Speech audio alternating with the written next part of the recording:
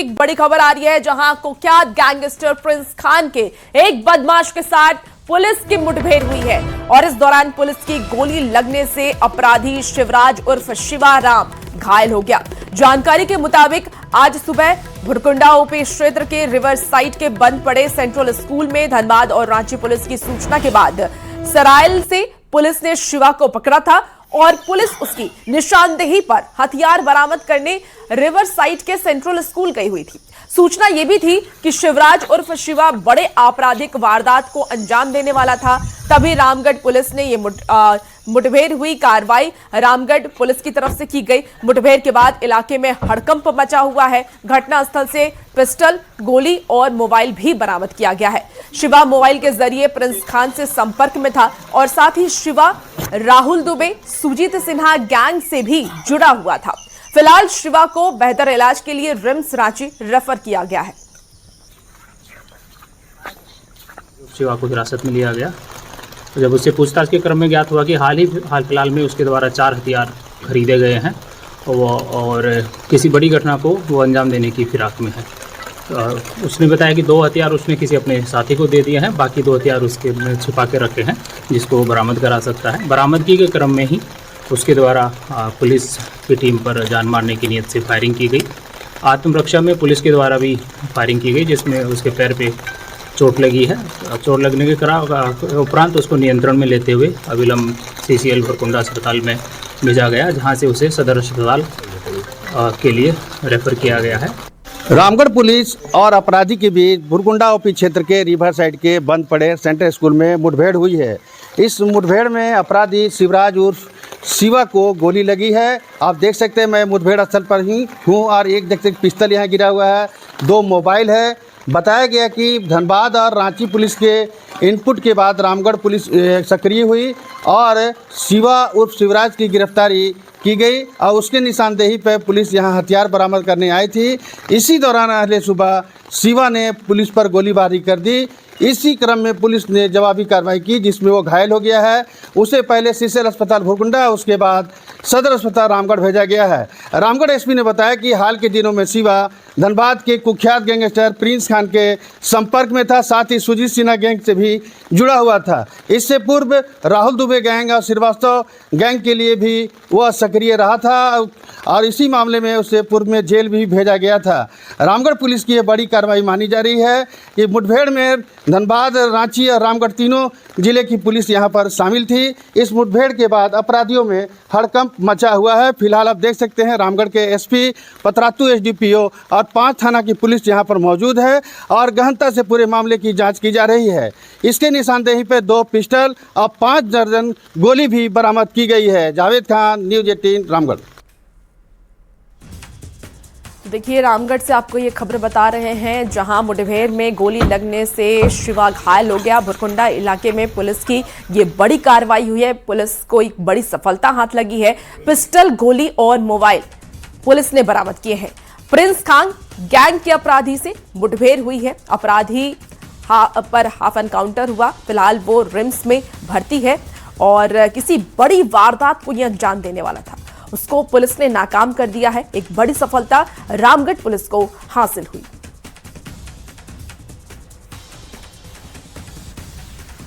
चलिए, इसी बीच गोपालगंज से एक बड़ी खबर आ रही है, जहां मैदान में दौड़ते वक्त हार्ट अटैक से एक युवक की जान चली गई। घटना नगर थाना क्षेत्र के तिलगाही मैदान का है। युवक रंजीत कुमार सेना में भर्ती के लिए तैयारी कर रहा था और सुबह सुबह तिलगाही मैदान में दौड़ लगा रहा था। आज सुबह 3 राउंड दौड़ लगाने के बाद अचानक उसके सीने में दर्द हुआ, जिसके बाद वो मैदान में ही गिर गया। साथ ही युवकों ने उसे आनंद फानंद में सदर अस्पताल पहुंचाया, लेकिन डॉक्टरों ने उसे मृत घोषित कर दिया है। देखिए, डॉक्टरों के मुताबिक समय पर CPR नहीं मिलने की वजह से उसकी जान चली गई। गोपालगंज से आपको ये बड़ी खबर और दर्दनाक खबर बता रहे हैं, जहां मैदान में दौड़ते वक्त हार्ट अटैक से एक युवक की जान चली गई है। नगर थाना क्षेत्र के तिलगाही मैदान की एक घटना बताई जा रही है, जहां युवक रंजीत कुमार सेना में भर्ती के लिए दौड़ लगा रहे थे और सुबह सुबह 3 राउंड दौड़ लगाने के बाद वो उनके सीने में दर्द हुआ और वो गिर गए। और इसी बीच मुजफ्फरपुर से भी एक बड़ी खबर आ रही है, जहां दिन दहाड़े एक युवक का अपहरण हुआ है। थार से अपहरण करने आए थे अपराधी। अपहरण के बाद जमकर उसकी पिटाई भी की गई। पिटाई के बाद युवक को सड़क पर फेंक दिया गया। तो पुलिस ने 50 किलोमीटर तक थार का पीछा किया।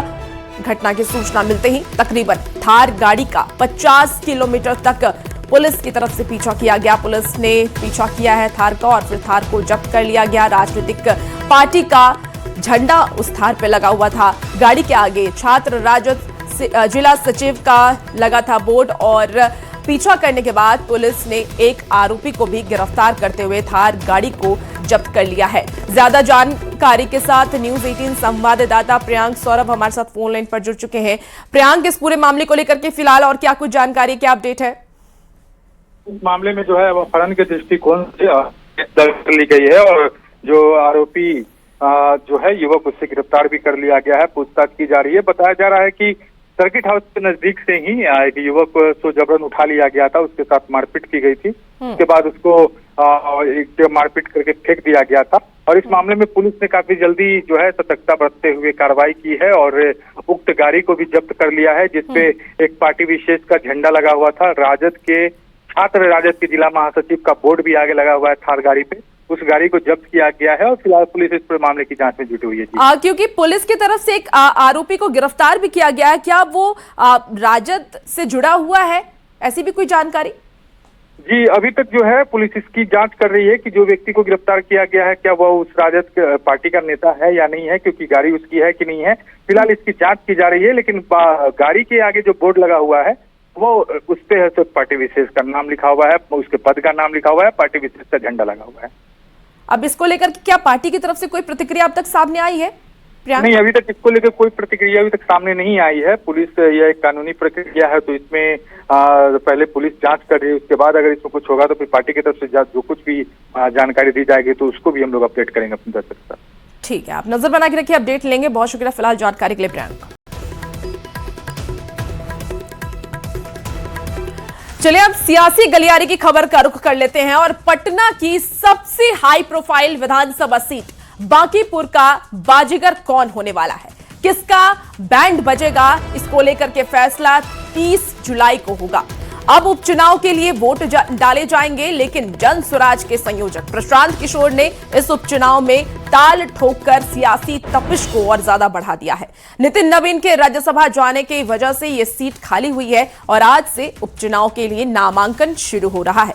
13 जुलाई तक नामांकन होगा। 14 जुलाई को नामांकन पत्रों की जांच होगी, जबकि 16 जुलाई तक नाम वापस लिए जा सकते हैं। आपको बता दें कि 30 जुलाई को बांकीपुर में वोट डाले जाएंगे, जबकि 3 अगस्त को वोटों की गिनती के साथ चुनाव के नतीजे सामने आएंगे। बांकीपुर विधानसभा उपचुनाव का बिगुल बज चुका है और बांकीपुर विधानसभा में चुनाव को लेकर जो नामांकन की प्रक्रिया है वो आज से शुरू हो रही है। निर्वाचन आयोग आज से अधिसूचना जारी करेगा और जहां अधिसूचना जारी करने के साथ ही यहाँ पूरे बांकीपुर विधानसभा में इसके साथ ही आचार संहिता जो है वो लग जाएगी और यहाँ पे नामांकन की जो प्रक्रिया है वो यहाँ से शुरू हो रही है और ये नामांकन की जो प्रक्रिया है वो 13 जुलाई तक चलेगा। माना जा रहा है कि 13 जुलाई के बाद 16 जुलाई तक जो है वो नाम वापस जो है वो लिए जा सकते हैं और इसके लिए जो समाहरणालय का अनुमंडल कार्यालय है वहाँ पे तमाम नामांकन होगा। तो यहाँ पे आपको बता दें कि जिस तरीके से निर्वाचन आयोग ने तैयारी की है कि यहाँ पे बांकीपुर विधानसभा में जो उपचुनाव है जो बिल्कुल हॉट सीट बना हुआ है, यहाँ पे बिहार की सियासत बांकीपुर विधानसभा को लेकर के तेज हो गई है। खास करके यहाँ पे इसलिए भी कि बीजेपी के जो राष्ट्रीय अध्यक्ष हैं नितिन नवीन, उनका सीट खाली हुआ है और ये उनका क्षेत्र है। दूसरी तरफ प्रशांत किशोर ने यहाँ से चुनाव लड़ने का ऐलान कर दिया है। वहाँ तक लगातार बात यह है कि महागठबंधन के तरफ से जो है अभी तक कोई उम्मीदवार की घोषणा नहीं की गई है। वहीं बीजेपी जो है अपने उम्मीदवारों पर मंथन कर रही है। तमाम तैयारियां हैं। विधानसभा चुनाव जो बांकीपुर का है वो एक ढंग से चर्चा का विषय बना हुआ है, क्योंकि अगर यहाँ से जीत जो होती है तो उसे लेकर के जो है काफ़ी जो चर्चे हैं वो बनेंगे। और खास करके निर्वाचन आयोग ने जो तैयारियां की है कि आज से वहाँ पे नामांकन शुरू है। तमाम उम्मीदवार जो हैं आज से नामांकन कर सकते हैं। देखना होगा कि यहाँ पे तमाम दलों के जो उम्मीदवार हैं उनका नामांकन कब होता है, लेकिन 16 जुलाई को यहाँ 13 जुलाई को शाम के 3 बजे तक नामांकन होगा और यहाँ से तमाम जो कार्रवाइयाँ हैं वो शुरू होंगी। लेकिन आज से नामांकन अधिसूचना जारी होने के साथ साथ पूरे बांकीपुर में आचार संहिता लग जाएगी, जिसके तहत कोई बड़ी घोषणा जो है वो बांकीपुर में नहीं की जा सकती है। कैमरा पर्सन संत के साथ रवीश नारायण, न्यूज़ 18 पटना। प्रशांत किशोर जो कल तक दूसरों को चुनाव जिताने की रणनीतियां बनाते थे, जो खुद को बिहार की राजनीति का नया मसीहा बताकर चुनावी मैदान से दूर रहने के दावे करते थे, वो अब खुद उसी चुनावी समर में उतर चुके हैं। 30 जुलाई को होने वाले बांकीपुर उपचुनाव में उन्होंने अपनी उम्मीदवारी ठोक दी है। रिपोर्ट आपको दिखाते हैं। कल तक बनाते थे रणनीति, अब खुद करेंगे राजनीति। दावा था नहीं लड़ेंगे चुनाव, अब उम्मीदवार बनकर बदला भाव। रणनीतिकार की बदल गई नीति, क्या हार ने सिखा दी नई राजनीति? राजनीति वो शब्द या वो व्यवस्था जो अच्छे अच्छे वादे और दावों को अवसर में बदल देती है। आज वही वादे और दावे के बदलने की तस्वीर बिहार से निकलकर सामने आई है। प्रशांत किशोर जो कहते थे कि सत्ता नहीं व्यवस्था बदलनी है, वो दावा करते थे कि चुनाव नहीं लड़ेंगे, सिर्फ राजनीति बदलेंगे। अब वही प्रशांत किशोर खुद राजनीति के चंगुल में फंस चुके हैं। बांकीपुर में चुनाव लड़ने की जो जिम्मेवारी हमको दी गई है, मैं उसी परिणाम, उसी प्रयास के दिशा में इसको एक कदम मानता हूं। जन सुराज वाले प्रशांत किशोर अब सिर्फ रणनीतिकार नहीं बल्कि बांकीपुर उपचुनाव के उम्मीदवार बन चुके हैं और इसी के साथ बिहार की सियासत में वो भूचाल आ गया है जिसने बीजेपी के दावों की हवा निकाल दी है। बांकीपुर यानी बीजेपी का वो अभेद किला जहां भगवा लहराता रहा है, लेकिन पीके की एंट्री ने इस उपचुनाव को दिलचस्प बना दिया है। बांकीपुर बीजेपी का मजबूत गढ़ माना जाता है। लंबे समय से इस सीट पर बीजेपी का दबदबा रहा है। नितिन नवीन यहां से 5 बार विधायक रहे, वहीं उनके पिता नवीन किशोर सिन्हा 4 बार एमएलए, यानी कुल मिलाकर लगभग 40 साल से बीजेपी का कब्जा है इस सीट पर। अब अगर प्रशांत किशोर मैदान पर उतर चुके हैं तो ये तो तय है कि बीजेपी का किला भेदना पीके के लिए आसान नहीं होगा। पर फिर वही ये राजनीति है, कुछ भी हो सकता है, क्योंकि जो प्रशांत किशोर कल तक कांग्रेस और आरजेडी को पानी पी पी कर कोस रहे थे, आज वही कांग्रेस उनके समर्थन का ऐलान कर चुका है। कांग्रेस के ऋषि मिश्रा ने कहा कि प्रशांत किशोर को समर्थन देंगे। अगर प्रशांत किशोर वहां से चुनाव लड़ना चाहते हैं तो उनको कांग्रेस का हाईकमांड, आरजेडी के हाईकमांड से भी बात करनी चाहिए। और अगर वो इच्छुक है तो हम लोगों को भी, क्योंकि वो भारतीय जनता पार्टी का A++ सीट है, भारतीय जनता पार्टी को चैलेंज करने के लिए हम लोगों को भी उनकी मदद करनी चाहिए। वहीं आरजेडी ने खुलकर तो हाँ नहीं कहा, लेकिन बीजेपी को हराने के नाम पर पीके के साथ पर्दे के पीछे हाथ मिलाने का सिग्नल दे चुका है। आरजेडी प्रवक्ता एजाज अहमद ने कहा कि बांकीपुर में बीजेपी को रोकने की विपक्षी पार्टियां पुरजोर कोशिश करेंगी।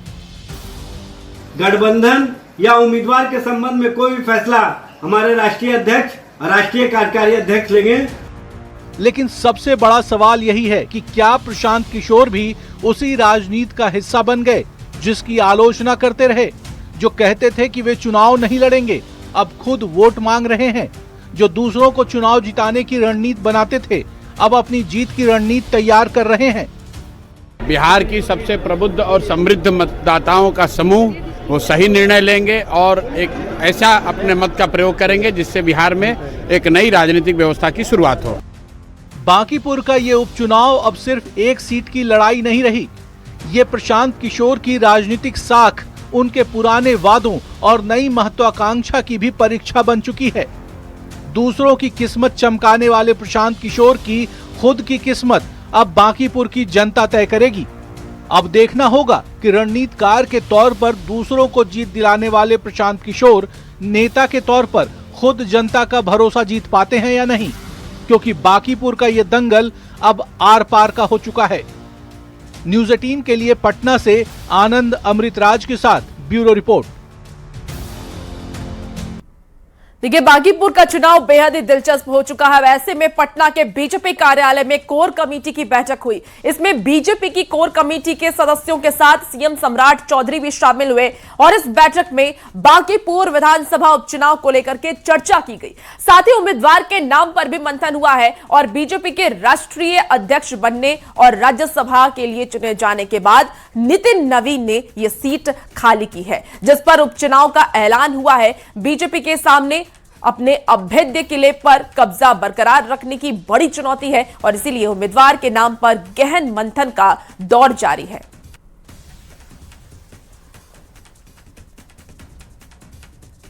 इसी बीच देखिए, दुमका से आपको इस वक्त की एक बड़ी खबर बताते हैं, जहां के मसीलिया स्थित ITI कॉलेज में संचालित दीनदयाल उपाध्याय कौशल केंद्र में खाना बनाने के दौरान छिपकली गिर गई है और इसे खाने के बाद 21 प्रशिक्षुताएं बीमार पड़ गए। आपको बता दें कि घटना के बाद केंद्र में अफरा तफरी मच गई। सूचना मिलते ही स्थानीय ग्रामीणों ने तत्परता दिखाते हुए बीमार बच्चों को एम्बुलेंस से मसलिया सामुदायिक स्वास्थ्य केंद्र पहुंचाया है। डॉक्टरों के मुताबिक उपचार के बाद 5 गंभीर छात्रों को फूलो झानो मेडिकल कॉलेज एवं अस्पताल रेफर किया गया। फिलहाल सभी बच्चे खतरे से बाहर बताए जा रहे हैं और मामले की गंभीरता को देखते हुए जांच के लिए पहुंची कोर टीम ने वार्डन मंजू माया, इसके साथ ही संजीव कुमार महतो और रसोईया भीम मांझी और देवदास गोराई को तत्काल प्रभाव से निलंबित कर दिया है। तो आपको इस वक्त की ये बड़ी खबर बता रहे हैं दुमका से, जहां मसीलिया स्थित ITI कॉलेज में संचालित दीनदयाल उपाध्याय कौशल केंद्र में खाना बनाने के दौरान छिपकली गिर गई और इसे खा करके 21 बच्चे बीमार पड़ गए।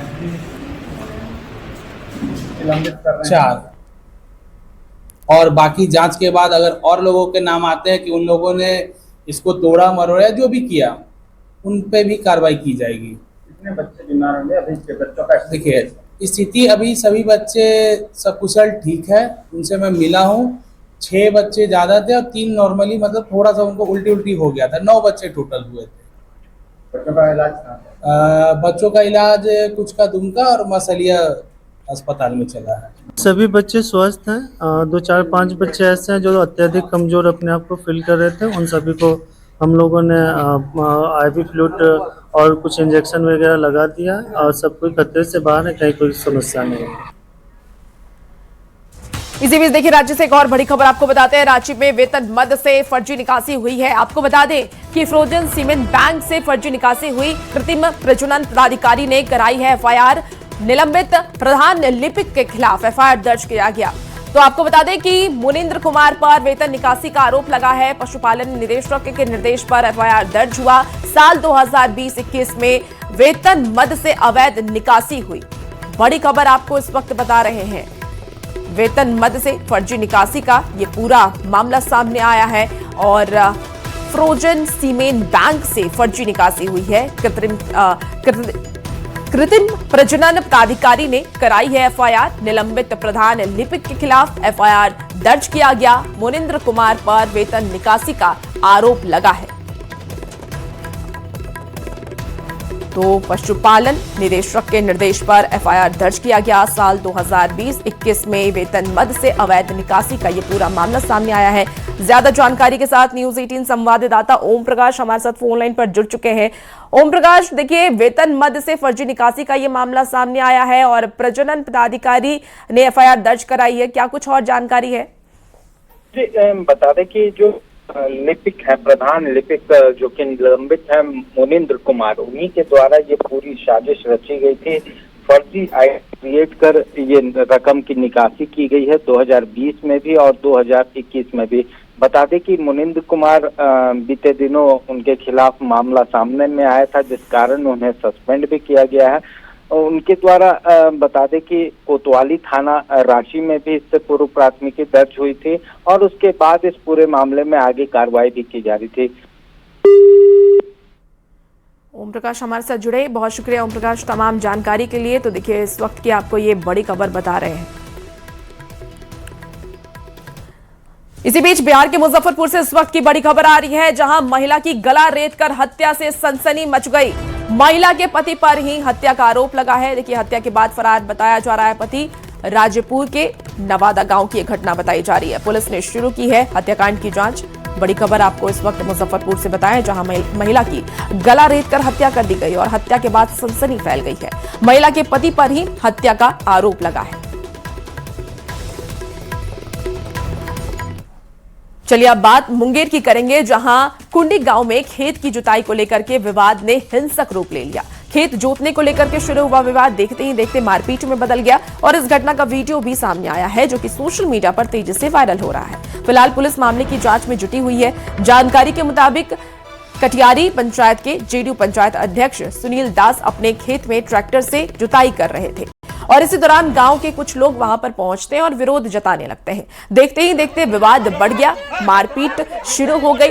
पीड़ित सुनील दास ने दिलीप यादव, वंदना देवी समेत 9 लोगों पर मारपीट का आरोप लगाया है। गाली गलौज और जाति सूचक शब्द कहने का आरोप लगाया है। उनका कहना यह भी है कि ईंट पत्थर से हमला कर उन्हें घायल कर दिया गया और जमीन पर कब्जे की भी कोशिश की गई। घटना का वीडियो भी सामने आया है। हालांकि वायरल वीडियो की पुष्टि न्यूज़ 18 फिलहाल नहीं करता है। वहीं पुलिस ने आवेदन मिलने के बाद मामले की जांच शुरू कर दी है। बड़ी खबर आपको नालंदा से बताते हैं, जहां चाकू मार करके युवक की हत्या कर दी गई है और उसके शव को फेंक दिया गया। घटना सोहसराय थाना क्षेत्र के सोहसराय थाना क्षेत्र अड्डा का बताया जा रहा है, जहां मृतक इस्लामपुर के रानीपुर का रहने वाला निरंजन चौधरी था, जो किसी काम से बाजार निकला हुआ था। जब वो घर नहीं लौटा तो परिवार वालों ने खोजबीन शुरू की। वहीं आज सुबह उसका शव सोहसराय अड्डा पर पुल के नीचे मिला है। मृतक का शरीर पर चाकू का गंभीर निशान बताए जा रहे हैं। मृतक का शरीर जब सामने आया तो कई चाकू के निशान उसके शरीर पर देखे गए और मौके से ही चाकू भी बरामद किया गया। फिलहाल पुलिस मामले की जांच में जुट चुकी है। काम धंधा करती है, मतलब लोगों के झाड़ू पोछा का काम करती है। कहाँ काम धंधा करती है? ये मंत्री गली में रहती है, काम तो यहीं पर अगल बगल में ही करती है, बहुत जगह करती है, 3-4 जगह। ये इनके हस्बैंड है। कल शाम से ही मतलब बारिश होने के पहले ही आए थे और चिकन विकन ला के दिए हैं कि बना के रखना, तो आके खाएंगे। और उसके बाद जो है गायब हुए हैं बारिश होने के बाद से।